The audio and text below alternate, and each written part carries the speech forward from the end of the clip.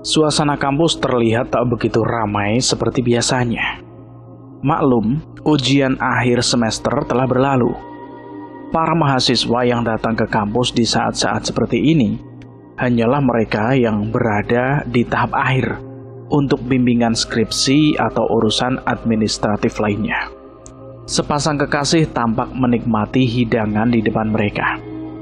Sesekali mereka saling menyuapkan makanan, membuat beberapa mahasiswa lain yang berada di situ menatap iri dengan kemesraan yang ditampilkan. Mau tambah lagi? Tawar Edo dengan lembut saat isi piring tandas. Aku sih udah kenyang. Kalau kamu mau, nambah saja. Rasti mengambil tisu dan membersihkan noda makanan di sudut bibir kekasihnya itu. Cie, public display affection. Dunia serasa milik berdua, yang lain cuma ngontrak. Edo dan Rasti menoleh ke arah sumber suara cempreng tersebut. Tiga pemuda dengan gaya kasual kekinian menuju ke arah meja tempat mereka duduk. Rido, si pemilik suara cempreng, langsung mengambil tempat di samping Resti. Ia menyambar gelas berisi minuman dingin di atas meja dan menghabiskannya dalam beberapa tegukan. Itu minumanku. Seenaknya aja ngambil punya orang. Sana, beliin gantinya. Protes Resti. Firman dan Robi hanya tertawa kecil melihat wajah Resti yang kusut. Berbanding terbalik dengan Rido yang kini nyengir, bahagia karena dahaganya terpuaskan. Kebiasaan kamu ya Rido, beli sendiri kek, ujar Firman. Kenapa malah pada ributin minuman sih? Lagi di kantin ini loh. Edo memperingatkan. Lah iya, daripada bahas minuman, lebih baik kita bahas yang lain. Gimana kalau liburan kali ini kita mendaki gunung? Usul Robi pada teman-temannya. Gak ada hal lain yang lebih menarik gitu. Masa iya kali ini mendaki gunung lagi? Aku gak bisa ikut dong. Bisa gak sih kali ini kamu batal ikut aja? Sayang. Rajuk Resti. Liburan semester lalu ia habiskan seorang diri karena Edo dan teman-temannya pergi mendaki salah satu gunung yang cukup terkenal untuk ditaklukkan. Mendaki gunung itu asik loh Res. Kenapa kamu gak coba aja? Wah, boleh tuh. Ayolah sayang. Kali ini kamu ikut yuk. Daripada gabut gak ada aku. Bujuk Edo. Ia sangat berharap bahwa suatu saat bisa mendaki gunung bersama Resti. Cuma sampai saat ini, sulit sekali membuat Resti mengabulkan permintaannya. Masa iya sih cewek sendirian? Males ah. Ya udah, gimana kalau aku ngajak adikku? Kamu kenal kan sama Mia? Kali ini Firman bersuara lagi. Ia merasa kasihan pada Edo yang mulai kebingungan menghadapi keras kepalanya si Resti. Lah, itu ada temannya. Lagian kamu itu kenapa sih, Res? Kayak baru kenal kita-kita aja. Ucap Rido yang kini sibuk menghabiskan gorengan. Mau ya sayang? Aku jamin kamu pasti bakal suka dan ketagihan. Rayu Edo dengan manisnya. Resti menghembuskan nafas tanda dilema. Setelah beberapa menit mereka terdiam, Resti akhirnya mengangguk. Ya udah deh, iya. Aku ikut kali ini. Minta nomornya Mia dong. Nah, gitu kan asik. Kamu sama Mia bisa di bagian pengurusan perbekalan dan masak nantinya. Jadi kali ini kita kemana ini? Tanya Robi. Berhubung ini kali pertama Resti mendaki, bagaimana kalau kita ke gunung yang dekat-dekat sini saja? Ada ide? Rido menimbali sambil menjilati jarinya yang belepotan minyak. Resti mengernyit jijik melihat kelakuannya. Gunung Salak aja deh. Ayo. Cetus Edo setelah berpikir beberapa saat. Pilihan yang bagus bro. Yang lain gimana? Aku sih ngikut saja. Aku sama Rido juga baru pertama kali ini kan. Ya udah, oke deal. Gunung Salak ya. Kita berangkat 3 hari lagi. Soalnya aku sama Resti harus siapkan perlengkapan dia. Kalau kalian berdua gimana? Sudah beli lengkap belum? Tanya Edo pada Firman dan juga Ridho.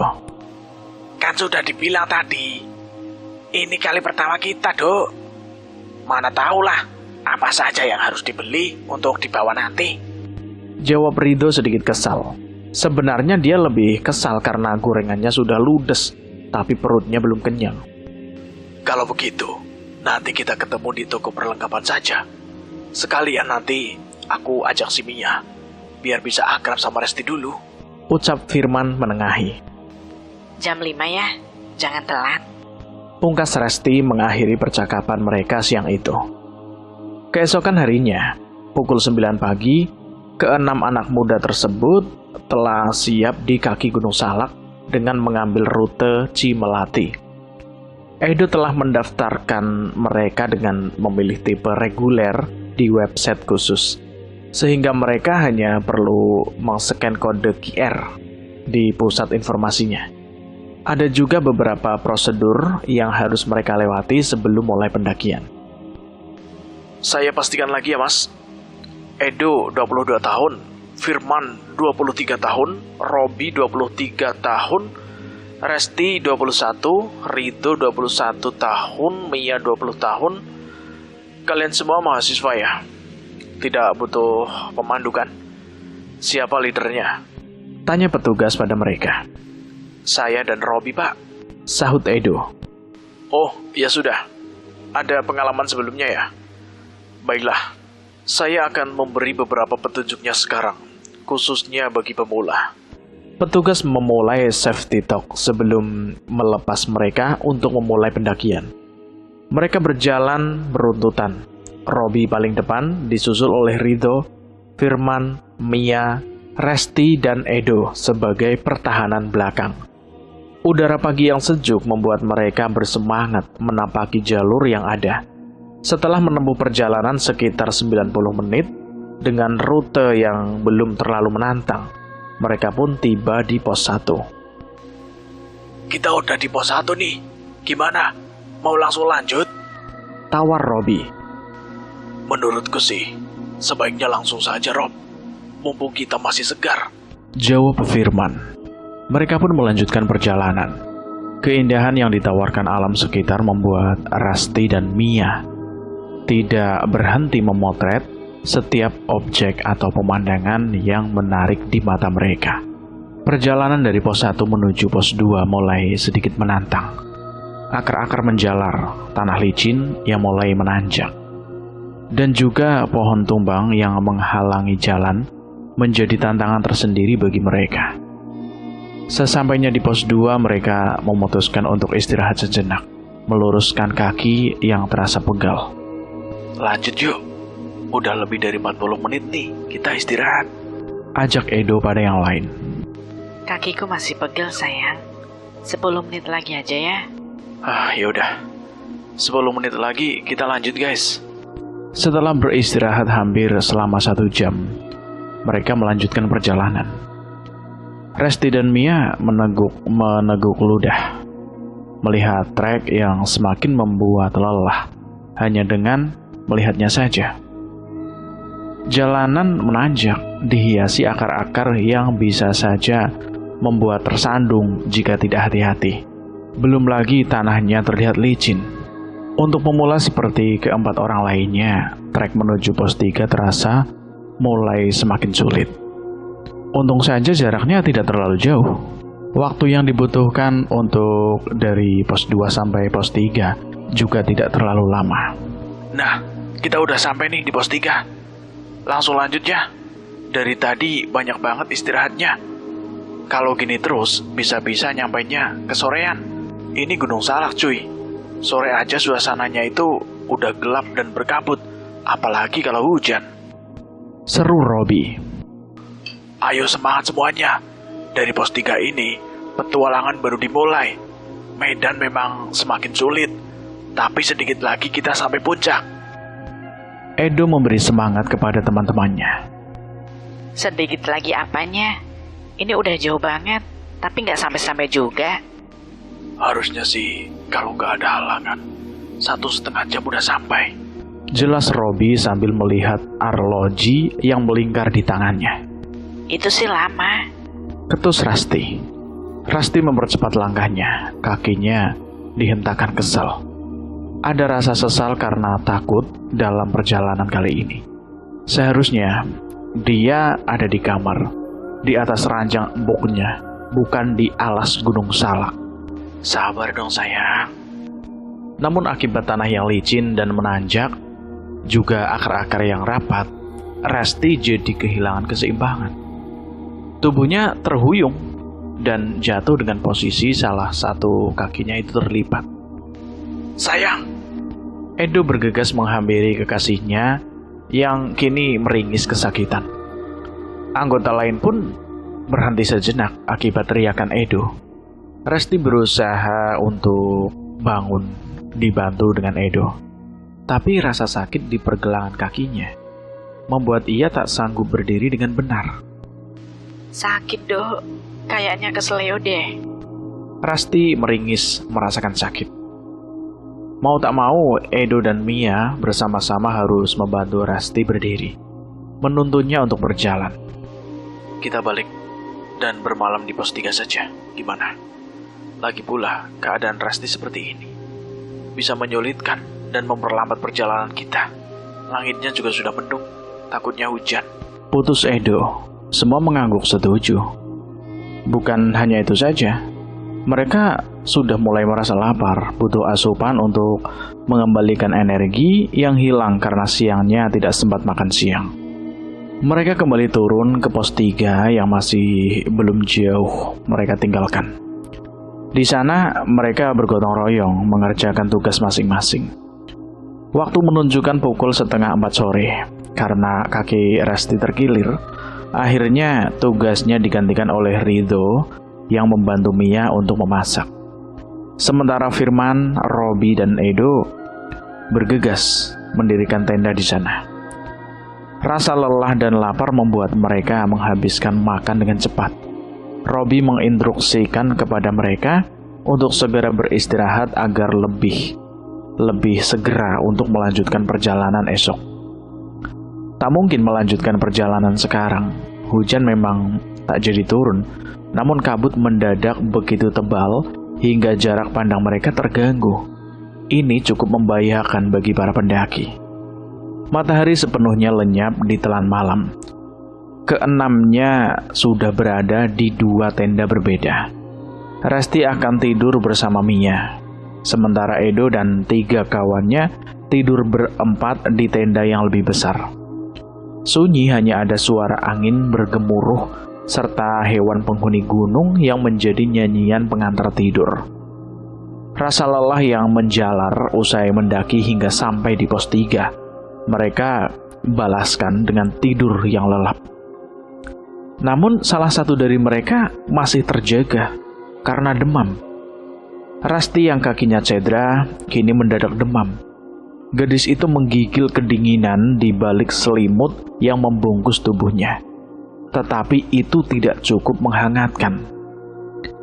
Gigi-giginya gemeretak dan membuat Mia yang sedari beberapa jam lalu sudah tidur akhirnya terbangun. Kak Ras, kamu kenapa? Kakak baik-baik saja kan? Mia menyentuh tangan Rasti dan langsung tersentak kaget karena panasnya yang begitu tinggi. Ia menjadi panik dan mencoba untuk menyentuh dahi Rasti yang suhunya malah lebih tinggi. Dingin banget. Keluh Rasti dengan bibir bergetar.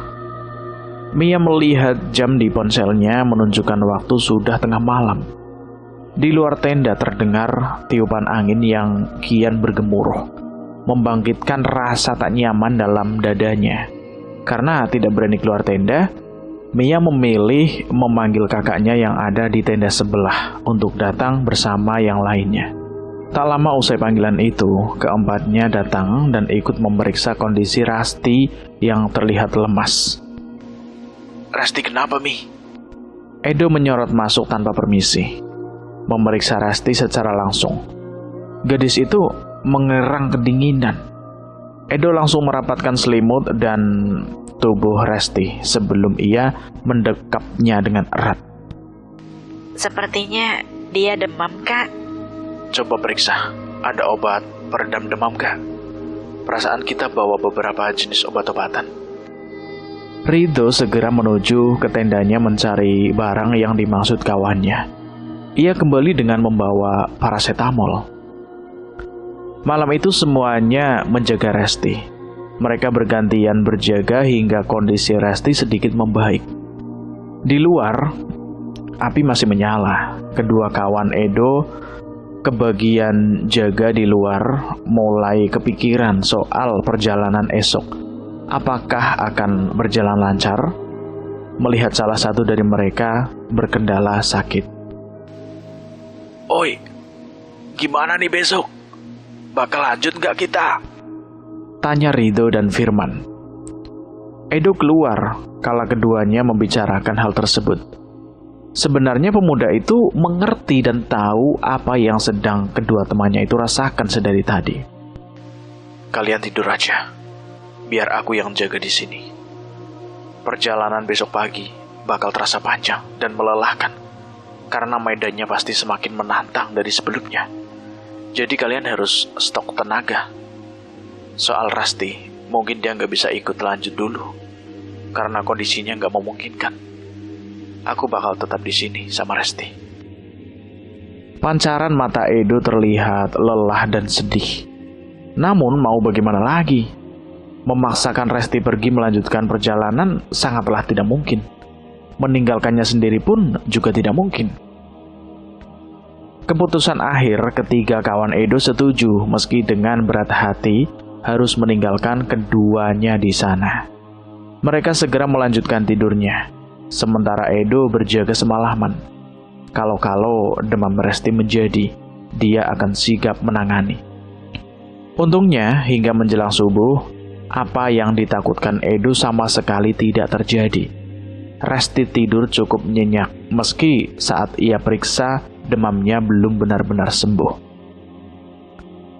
Keesokan paginya, Selamat pagi. sapa Edo dengan suara yang masih sengau. Semua mata tertuju padanya, tetapi Edo malah mencari satu sosok yang ia khawatirkan. Rasti sedang duduk dibalut selimut di tenda yang terbuka. Nyenyak tidur mudo. Tidur kayak kebo, jam 9 baru bangun. Ledek Ridho yang tengah bersiap dengan ranselnya. Dan ternyata tiga lainnya pun sama-sama kompak. Lumayan. Kalian yang nambahin selimut ke aku. Iyalah, siapa lagi? Demit. Ridho berkelakar dan mengiringinya dengan tawa. Spontan Edo bangkit dan menepuk bahu Robi. Kalau ngomong jangan sembarangan. Robi masih terkekeh. Dia baru berhenti setelah Firman menyikutnya. Iya, sorry.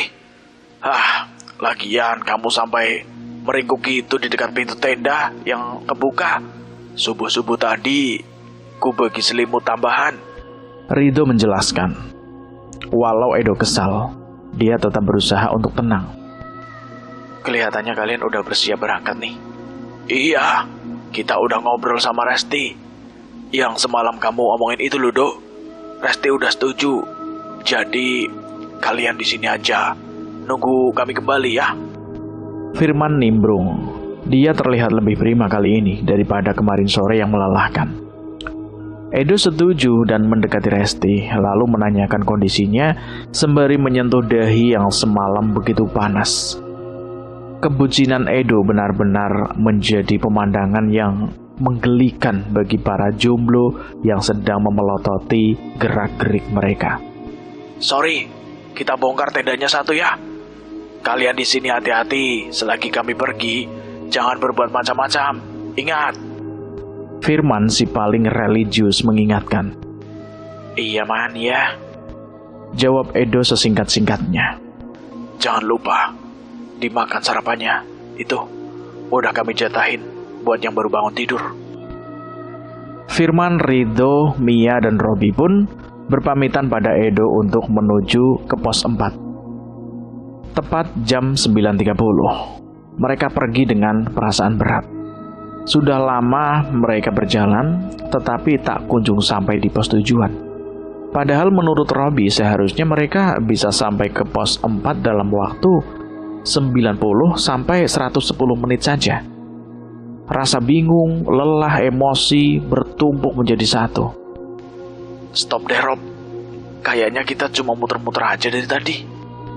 Firman yang sudah sangat lelah, sudah tidak bisa berpikir jernih lagi. Mana mungkin kita jalan sesuai trek kok.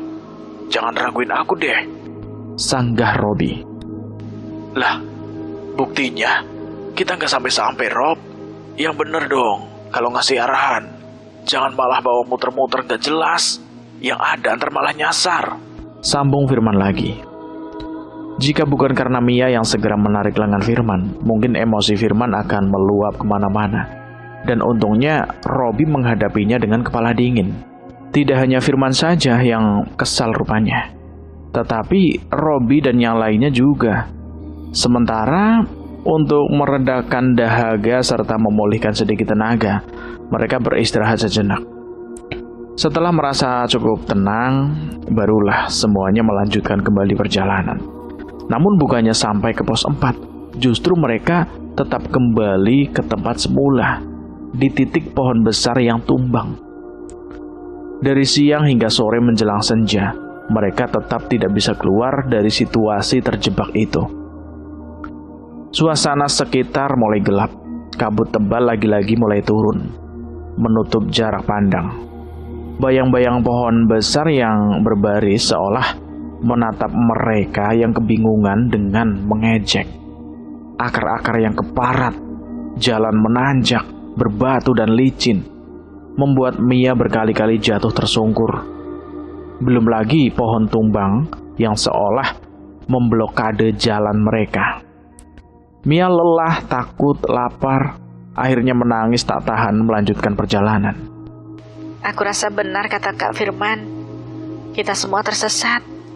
Gimana kalau kita nggak bisa pulang? Aku takut. Woi, jangan ngomong sembarangan dong. Ridho yang sedari tadi diam, buka suara dengan nada yang setengah meninggi. Firman selaku kakak Mia tersulut emosi dan sekilas saja tangannya menyambar kerah jaket Ridho. Rasa emosi yang sudah dibendung itu membuat pikiran Firman tak terkendali. Mia terkejut dan menghentikan tangisnya. Mendadak suasana menjadi menegangkan. Kalian kenapa sih? Sabar, tenang. Untungnya Robby segera melerai. Di saat begini, kita harus berpikir jernih. Jangan takut. Jangan sampai perasaan emosi bikin kita nggak nemuin jalan keluar. Dengar, daripada kita cemas nggak karuan, lebih baik kita istirahat di sini saja dulu. Udah hampir jam 3 sore ini. Selanjutnya, kita merenung. Sekiranya tadi kita ada salah kata atau sikap, sebaiknya segera pikirkan. Lalu berdoa. Benar Kak, sebaiknya kita lakukan apa yang Kak Robby bilang. Aku juga mau istirahat, karena kakiku benar-benar udah gak kuat dibawa untuk jalan. Mia menghapus air mata yang bercampur dengan keringatnya. Dia berjalan lebih dulu, mendahului Firman, lalu meletakkan tas besarnya di bawah pohon. Dek, kamu haid? Tanya Firman saat melihat celana abu muda Mia mulai berubah warna, jadi kemerahan di bagian belakang. What? Yang bener aja. Cewek haid kan nggak boleh nanjak. Sambar Ridho, masih dengan wajah kesal. Ya, ternyata iya Kak. Maaf Kak, aku nggak terasa juga. Mia menjawab dengan raut khawatir bercampur takut. Sumpah deh, lain kali kalau mau nanjak gunung, jangan ngajak cewek, nyusahin. Pantes saja disesatin. Ada yang langgar pantangan. Ketus Ridho. Dia kesal sebab pengalaman mendaki pertamanya yang harusnya berkesan malah jadi seperti ini. Setelah jam beristirahat sambil berzikir dan berdoa, mereka melanjutkan perjalanan. Jatuh bangun mereka berjalan, berusaha menaklukkan medan yang terasa semakin sulit saja. Sepanjang jalan, Ridho terus mengoceh kesal. Dia menyalahkan Mia yang mungkin jadi sebab mereka disesatkan. Bro, kita sampai pos 4. Seru Robi girang. Namun baru saja tersenyum lega, tiba-tiba rintik gerimis mulai berjatuhan. Mereka bergegas mendirikan tenda. Tak mungkin mendaki dalam keadaan hujan, terlebih sebagian besar dari mereka pendaki pemula. Tepat setelah semuanya masuk ke dalam tenda, hujan deras pun turun. Mereka berempat memakan roti di dalam tenda untuk mengganjal perut. Suasananya yang dingin, suara hujan yang lebat, juga rasa lelah yang terasa membuat keempatnya diserang kantuk, terlelap dengan cepat. Di tengah malam, Mia yang terlelap di samping kakaknya terbangun karena suara gemuruh angin dan hujan yang bukannya berhenti, tapi malah semakin deras saja. Perempuan itu sangat terkejut kala tendanya bergerak-gerak, nampak seperti dipukul dari arah luar. Kejadian itu hanya berlangsung beberapa saat, sebelum akhirnya terhenti dengan sendirinya. Mia mengusap tengkuk, bulu kuduknya meremang. Dia melihat seperti ada bayangan hitam di luar sana. Namun bukannya membangunkan kakaknya atau yang lainnya, Mia malah memberanikan diri untuk melihat keluar tenda. Dengan rasa takut yang menyelimuti dirinya, Mia memeriksa sekitarnya. Dinyalakan senter di tangannya dan menyoroti sekitar yang masih diguyur derasnya hujan. Mia terjengkang kaget ketika melihat sosok Rasti dan Edo tengah berdiri di antara hujan, dengan tubuh yang basah kuyup dan menggigil hebat. Wajah mereka pucat pasi, dan pancaran mata mereka terlihat kosong menatap ke depan. Hei, kalian berdua nyusul ke sini. Aduh, jangan hujan-hujanan, sini. Tanpa pikir macam-macam, Mia menyambut kedatangan Rasti dan Edo karena khawatir. Anehnya, baik Rasti maupun Edo tidak ada yang menjawab pertanyaan Mia. Mereka hanya mengikuti langkah kaki Mia begitu saja. Karena gemas, Mia menarik tangan Rasti, tapi langsung dilepaskannya lagi dengan tiba-tiba. Tangan Rasti dingin membeku. Mia menatap mereka dengan tatapan curiga. Tapi kemudian, dia langsung membangunkan Firman dan meminta Firman bergeser ke kanan, tidur bersama yang lain. Sedangkan dirinya melanjutkan tidur bersama Rasti di sisi kiri. Kenapa kalian nyusul kami, Dok? Tanya Firman kebingungan. Pasalnya ini sudah larut malam. Firman tiba-tiba mengusap tengkuknya. Ia merasakan hawa aneh. Ditambah lagi dengan Edo yang terlihat aneh. Jangankan untuk mengucapkan sepatah kata, pertanyaan Firman pun tidak dihiraukannya. Karena bingung, Firman menggaruk-garuk kepalanya yang tidak gatal. Ayo kita tidur, Dok. Aku masih ngantuk. Tanpa memperdulikan jawaban Edo, Firman kembali tidur di samping Robi. Dia tidur dengan posisi membelakangi Edo. Sepanjang malam, Firman merasa seperti ada sepasang mata yang terus mengawasinya dari belakang. Karena penasaran, dia berbalik dan ternyata benar. Edo sedang menatapnya sambil menyeringai dengan senyum yang cukup mengerikan. Firman langsung menutup wajahnya dengan selimut dan mengucapkan semua ayat-ayat suci yang pernah dia pelajari. Sampai doa makan pun dia ucapkan, saking tegangnya. Akhirnya dia tertidur karena kelelahan. Hujan benar-benar mengguyur semalaman. Pagi harinya, mereka semua bersiap lanjutkan perjalanan agak siang. Niatnya agar tanah yang becek setidaknya sedikit lebih kering karena terkena cahaya matahari. Tepat pukul 10 pagi, semuanya tengah bersiap untuk melanjutkan perjalanan yang sempat tertunda. Beberapa kali Robi bertanya pada Edo, namun sayangnya tidak ada satupun pertanyaan Robi yang digubris oleh Edo. Sikap aneh sepasang kekasih itu benar-benar membuat peserta yang lain kebingungan dan bertanya-tanya. Tapi jangankan mendapat jawaban, Pandangan mata Edo dan Resti seperti tidak ada cahaya kehidupan di sana. Kak Resti, Mia menepuk pundak Resti, namun hanya wajah datar yang terlihat. Sudahlah, Mi. Mungkin mereka lagi bertengkar, jadi mogok bicara. tapi Kak Firman, Gak baik campuri urusan orang lain. Mereka cuma butuh waktu aja. Sebenarnya Firman juga ingin menginterogasi mereka. Tapi dia mencoba untuk menahan diri. Mana mungkin mereka bisa sampai ke tempat ini dalam keadaan cuaca hujan dan malam hari.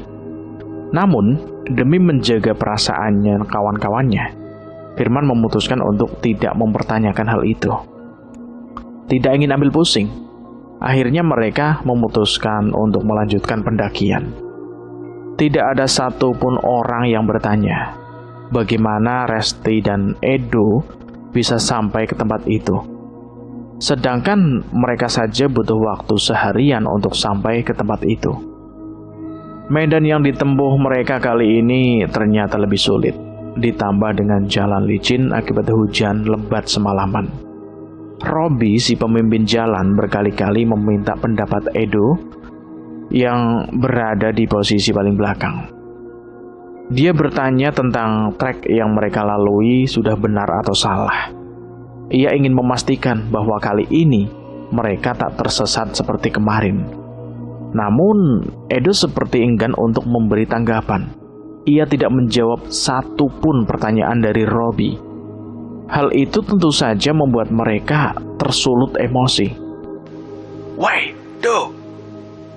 Kalian punya masalah hati. Tolong jangan dibawa ke sini lah. Turunkan ego kalian. Kita sudah kelelahan mencari jalan keluar. Umpat Robi sambil mengusap wajahnya dengan kesal. Tenang, Rob. Tenang. Ayo kita istirahat di sini. Akhirnya mereka memutuskan untuk beristirahat. Sesekali mereka melihat ke sekeliling untuk mencari petunjuk berikutnya. Suara burung gagak seakan menertawakan mereka yang sedang lelah mencari arah. Sialnya, di saat terik matahari masih bersinar, mereka semua seakan mendengar bisikan aneh. Sudah mati. Bisikan itu terdengar lirih, namun cukup jelas di telinga. Suaranya serak, namun membuat bulu kuduk berdiri serentak. Meski semua mendengar, tak ada satupun dari mereka yang berani membuka mulut. Semua diam terpaku. Hanya isyarat mata yang menunjukkan jika saat ini mereka dalam keadaan tidak baik-baik saja. Kak, aku... Shh, diam saja, Dek. Diam. Firman segera menyela ucapan Mia. Ia sangat tahu apa yang akan dikatakan adiknya itu. Setelah cukup lama mencari-cari jalan yang benar, mereka sampai di pos 5. Selagi kondisi masih prima, mereka memutuskan untuk lanjut menuju pos 6 setelah istirahat singkat. Saat sedang istirahat, tiba-tiba tanah di sekitar mereka bergetar dari pelan hingga getarnya semakin kuat. Ada apa ini? Teriak Mia panik. Dia mencoba untuk memegang Resti, tapi kembali kaget karena tubuh Resti yang terasa dingin. Cuaca yang panas ternyata tidak memberikan kehangatan yang cukup untuk Resti. Gempa! Gempa! Teriak beberapa orang dari mereka. Gempa yang sangat dahsyat mengguncang bumi dan tempat mereka berpijak.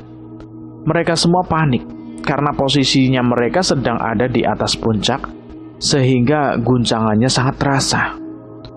Kurang dari 1 menit gempa itu berhenti.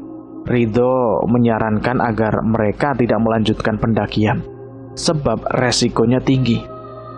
Dia sangat khawatir ada gempa susulan yang mengakibatkan tanah longsor.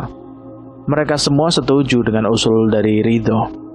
Akhirnya saat itu juga, mereka semua memutuskan untuk kembali turun dengan langkah tergesa. Baru saja sampai di pos 4, tiba-tiba hujan lebat mengguyur bumi. Dengan terburu-buru mereka semua kembali mendirikan tenda. Rencananya setelah hujan reda, mereka akan kembali melanjutkan pendakian. Hari sudah menunjukkan waktu maghrib. Namun, Hujan belum juga berhenti. Tidak ada yang bisa mereka lakukan selain menunggu esok hari untuk melanjutkan perjalanan. Di tengah suara guyuran hujan, tiba-tiba dari kejauhan terdengar suara gamelan. Awalnya suara itu pelan, makin lama semakin jelas terdengar, dan mereka pun semakin dibuat kebingungan. Siapa yang bermain gamelan di atas gunung begini? Seletuk Robi yang langsung dicubit oleh Firman. Irama khas musik Jawa, juga tembang yang sangat terdengar jelas di indera pendengaran mereka semua. Mia yang penakut segera memeluk Resti. Dia sudah tidak peduli lagi dengan tubuh Resti yang terasa sangat dingin. Badan Kak Resti kok dingin banget ya? Udah kayak mayat hidup. Bisikan aneh itu terdengar jelas di telinga Mia. Mia menjerit histeris, menjauhkan diri dari Resti. Dek, kamu kenapa? Tanya Firman dengan panik. Gak usah takut, di sini gak ada apa-apa. Suaranya jauh kok. Udah, sekarang mending istirahat, ya. Ujar Robi. Mia menolak. Ia bersikeras tidak mau tidur di samping Resti. Hujan sudah reda, akhirnya Firman memutuskan mendirikan tenda sendiri dan menemani Mia tidur di tendanya. Sedangkan Resti tidur di tenda lain bersama Edo, Robi, dan Rido. Tepat pukul 12 malam, alunan suara gamelan itu kembali terdengar. Namun, kali ini hanya Robi, Rido, Firman, dan Mia yang mendengar.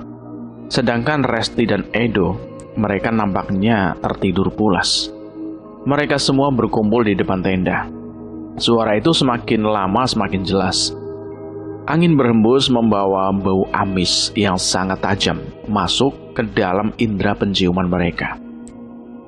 Dengan segala keberanian, mereka semua memutuskan untuk mencari sumber suara dan aroma anyir menyeruak menusuk indera penciuman mereka. Ditambah lagi dengan bau busuk yang membuat mereka hampir mual dan hampir muntah. Namun tiba-tiba Mia berteriak histeris.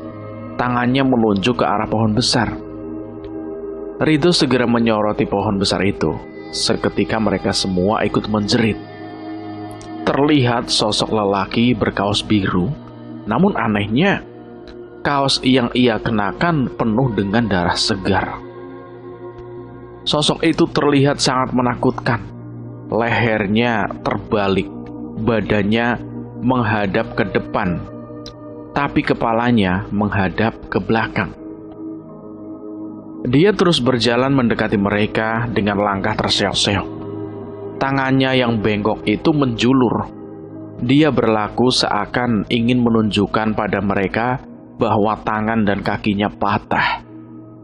Mereka kembali menjerit panik dan langsung berlari ke arah tenda. Namun sayang, nasib sial tidak ada dalam kalender. Sebelum mereka sampai ke tenda, telinga mereka dikejutkan kembali dengan suara seorang wanita yang sedang menangis pilu. Dari balik tenda yang sedang menangis pilu, dari balik tenda yang Edo dan Resti tempati itu, suaranya seperti merintih kesakitan dan memohon pertolongan. Tolong, dingin. Mereka kembali kalang kabut dan lari terbirit-birit ke tenda yang satunya.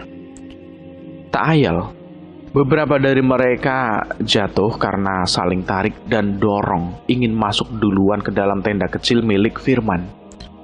Karena kejadian aneh itu, mereka semua sepakat untuk tidur dalam satu tenda.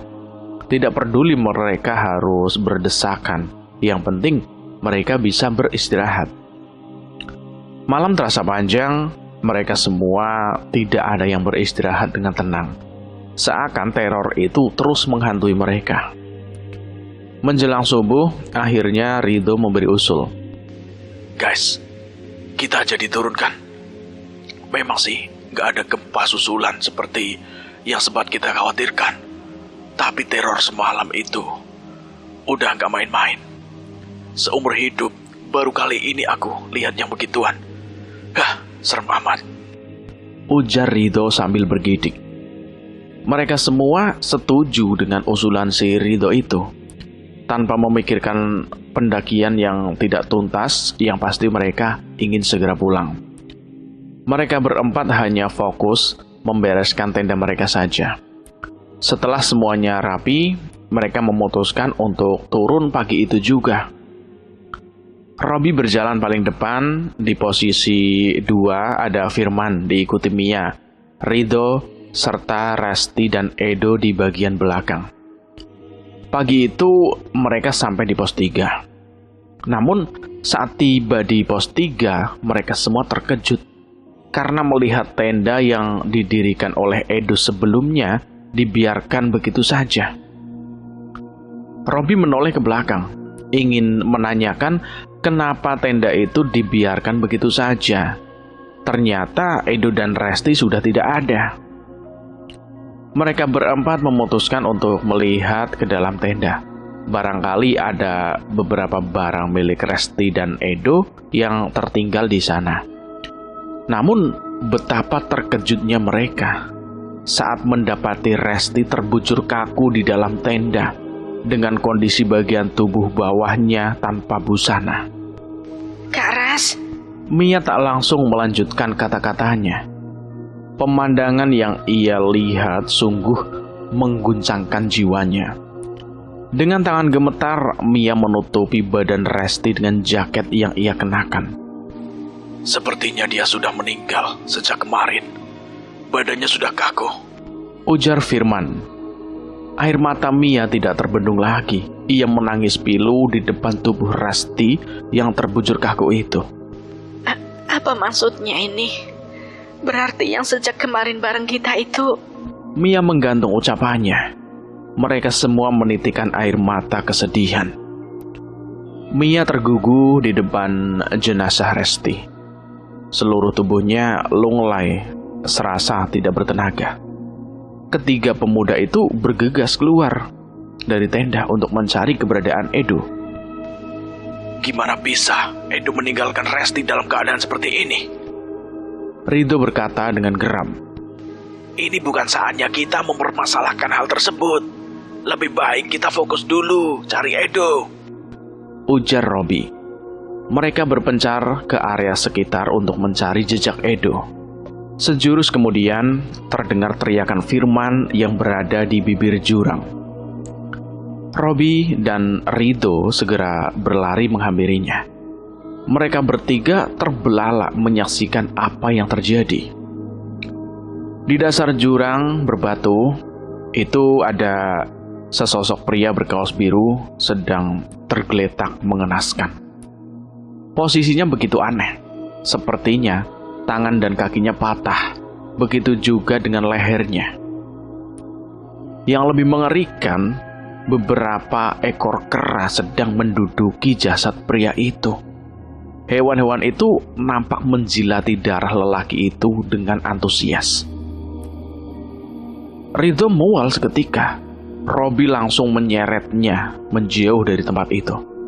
Sementara Firman kembali ke tenda untuk menjemput Mia. Mia yang masih linglung hanya bisa mengikuti langkah-langkah kakaknya dengan terseok-seok. Pikirannya hanya dipenuhi oleh Resti dan musibah yang telah dialami teman pendakiannya itu. Dengan penuh kengerian, mereka kembali ke bawah. Satu-satunya yang ada di pikiran mereka saat ini adalah segera menjauh dari tempat itu dan melaporkan kejadian tersebut kepada pihak yang berwenang. Mereka bahkan tidak sadar bahwa mereka bisa mencari pusat informasi dalam waktu singkat itu. Petugas yang melihat kedatangan mereka langsung merasa bahwa ada yang tidak beres. Berulang kali ia menanyakan apa yang terjadi, tapi keempat orang itu seketika seakan kehilangan kemampuan untuk berbicara. Di tengah semua kebingungan itu, gestur dan raut wajah Mia tiba-tiba berubah. Mia mendadak kejang, matanya mendelik hingga tampak putihnya saja. Mia, sadar Mia. Dek, kamu kenapa? Firman panik sambil menepuk-nepuk pipinya. Namun apa yang terjadi selanjutnya membuat Firman terjengkang seketika. Kejangnya berhenti, Mia membuka mata lalu mulai berbicara. Namun aneh, suaranya tak terdengar seperti suara Mia, melainkan suaranya berubah menjadi suara Rasti. Dia kerasukan, ujar Robi. Entah kenapa, dia merasa seperti tidak punya kekuatan yang tersisa lagi. Suasana menjadi hening seketika. Semua seolah terhipnotis dengan rangkaian kalimat dari Mia yang menciptakan kronologi kejadian tersebut. Kilasan balik di kejadian sebelumnya. Sayang, aku kedinginan. Ucap Rasti dengan bibir bergetar. Sekujur tubuhnya diserang rasa dingin yang hebat. Edo membuka jaketnya untuk menyelimuti Rasti. Namun, semua itu tetap sia-sia. Rasti masih saja menggigil dengan hebatnya.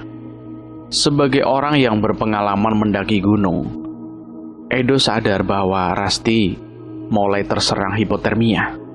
Satu-satunya jalan cara tercepat untuk menyelamatkan Rasti adalah dengan berbagi panas tubuh secara langsung. Edo langsung melepaskan atasan Rasti yang basah dengan keringat dingin. Rasti hanya mengenakan tank top tipis. Edo mencarikan baju ganti untuk kekasihnya. Namun, mendengar rintihan Rasti, Edo malah berbalik memeluknya erat. Awalnya dia cuma berniat berusaha untuk mengalirkan hawa panas di tubuhnya melalui kulit mereka yang bersentuhan.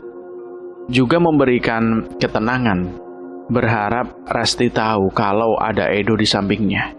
Dan semua akan baik-baik saja. Namun melihat deru nafas Resti yang makin melemah, juga Resti yang lemas tanpa daya, entah mengapa justru membangkitkan sesuatu dalam diri Edo, membutakan nafsu Edo. Edo bahkan tidak peduli pada kondisi Resti yang mulai gawat. Edo mulai bergerak cepat mencari apa yang dimau. Rasti menangis dalam diam. Dia bahkan tidak mampu melawan saat Edo merudah paksa dirinya. Jangankan melawan, bergerak dan bernafas pun dia kesulitan. Hasrat Edo yang terlanjur bergelora membuat dia seperti kesetanan. Dia bahkan tidak peduli dengan rintihan lirih dari bibir Resti. Edo terus melampiaskan semua gelora asmara yang ada. Tepat setelah menuntaskan hasratnya, entah mengapa Edo tiba-tiba terlihat ketakutan. Dia ternyata melihat sosok wanita dengan lidah yang menjulur panjang hingga ke perut, menampilkan senyum yang mengerikan, berdiri di sudut tenda. Dia menyeringai. Dari mulutnya keluar darah merah kehitaman. Gigi-giginya yang hitam dan matanya yang merah menambah kesan horor yang ada. Tangan busuk itu terulur berusaha menggapai Edo. Edo yang panik langsung berlari keluar dari tenda. Dia sampai lupa menarik celananya ke atas. Yang dia pikirkan hanyalah berlari sejauh mungkin dan menghindar dari makhluk mengerikan itu. Tolong! Tolong! Edo berteriak sambil berlari, lalu jatuh terjerembab karena celananya yang belum dia kenakan secara sempurna menghalangi kakinya untuk bergerak dengan cepat. Sekali-kali dia menoleh ke belakang seolah-olah ada makhluk tak kasat mata itu terus melayang mengejarnya. Tidak, jangan dekati aku. Edo terus menjerit sambil menjambak-jambak rambutnya karena frustasi. Ditariknya celana yang gedodoran dan berlari sambil menutup kedua muka dengan kedua tangannya. Karena berlari dengan kedua tangan yang menutupi wajahnya, Edo tidak melihat jurang di depannya. Dalam hitungan detik, tubuhnya melayang dengan bebas dan berakhir di dasar jurang yang cukup dalam. Tubuh Mia kejang-kejang setelah menyampaikan tragedi yang dialami Rasti dan Edo.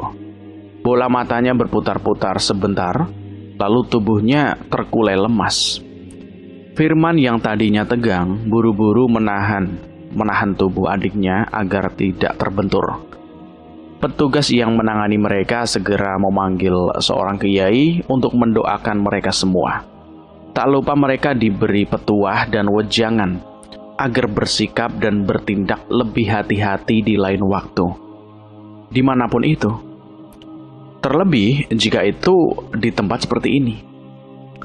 Mereka juga diingatkan agar lain kali tidak pernah meninggalkan teman-teman mereka sendiri, sesulit apapun keadaannya. Susah senang harus dipikul bersama-sama. Keempat orang mahasiswa yang tersisa itu berjanji untuk mengingat dan melaksanakan semua nasihat yang mereka dapatkan. Setelah mengabari pihak keluarga Resti dan Edo, dengan hati yang masih dilanda duka cita akibat musibah yang terjadi, mereka pun kembali ke tempat kediaman masing-masing.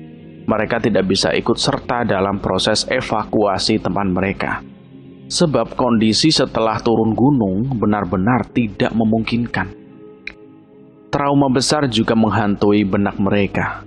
Mungkin pendakian ini akan menjadi salah satu kisah tak terlupakan bagi mereka, yang akan diingat untuk selamanya. Cerita ini selesai sampai di sini. Bagaimana menurut teman-teman semua tentang cerita ini? Silahkan tulis di kolom komentar. Terima kasih buat teman-teman semua yang sudah mendengarkan cerita ini sampai habis. Semoga kalian sehat selalu, panjang umur, bahagia selalu, dan selalu dimudahkan segala urusannya. Dan buat teman-teman yang baru bergabung di channel ini, silahkan klik tombol subscribe dan tombol loncengnya agar kalian tidak ketinggalan cerita terbaru dari kami. Saya mohon maaf jika ada kesalahan kata, saya pamit undur diri. Wassalamualaikum warahmatullahi wabarakatuh. Salam lestari.